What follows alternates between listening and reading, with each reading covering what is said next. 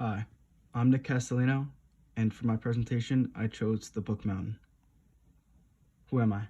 Well, as I just said before, I'm Nick Castellino. I'm a freshman here at UMass Lowell, and I would say I'm a very creative person, which kind of motivated me to become an engineer. Well, to major in civil engineering. I've always loved doing puzzles, building Legos, just building as a whole. So that's why I kind of thought civil engineering, kind of like structural, is what I'm thinking would be a good, major for me. So about the Binhai Library. So the Book Mountain is actually a library in Tianjin, Japan, which has reading areas and spaces to listen to digital books, music, and videos all around.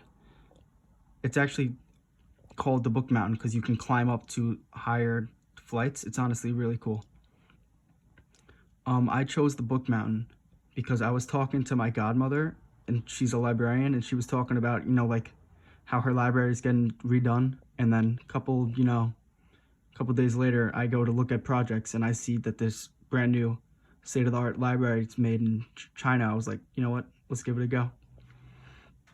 The industry relevance is that it's a new, innovative library that looks very advanced and modern compared to others, and it's actually part of a complex that's all connected. And it's honestly just a really cool, it's like a tourist attraction, but also a really cool library just to, chill out and read. The background. So this idea was proposed by Tianjin Binhai Municipality in 2007. There was an international design competition prior to any true idea. So pretty much a bunch of, there was just a big competition to see who could make the coolest library. And this won, and was designed by the MVRDV of Rotterdam, Netherlands.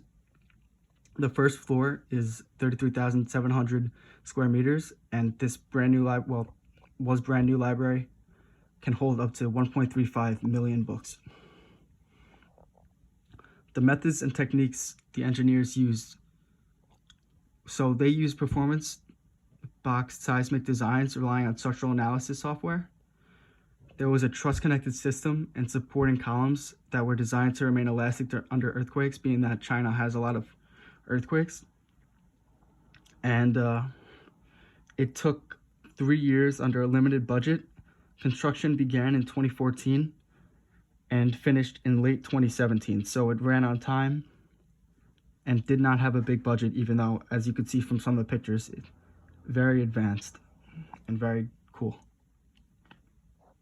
The Binhai Library was created as a tourist attraction, but also to give residents of Binhai a place to relax. These visitors could stand, sit, or even climb from level to level and create an unforgettable experience when coming to the library. The Eye, which is the big sphere at the center, acts as an auditorium, which brings a new aspect that has never been seen before to other libraries. So the Eye is literally a sphere. It looks like a sphere at the bottom too, which is like kind of like an illusion for your eyes. But it's an auditorium that seats many people, and there's projections that play on the outside, and it also reflects light all around the library to, make everyone have the best time they can have while reading. For my ethics question, I went with what ethical issues come into play with social media, and when might a member's use of social media violate the ASCE Code of Ethics. So the engineers should do their best not to post their projects on social media. The interests of the employer are more important than the engineers. So pretty much if you want to, just flex on other people, wow, look how cool this is I'm building, you're really not allowed to do that, because the employer's all that really matters. You can't be, if they want it kept secret, they might not want to show others. So what you have to do is you have to respect their opinion and what they want to do.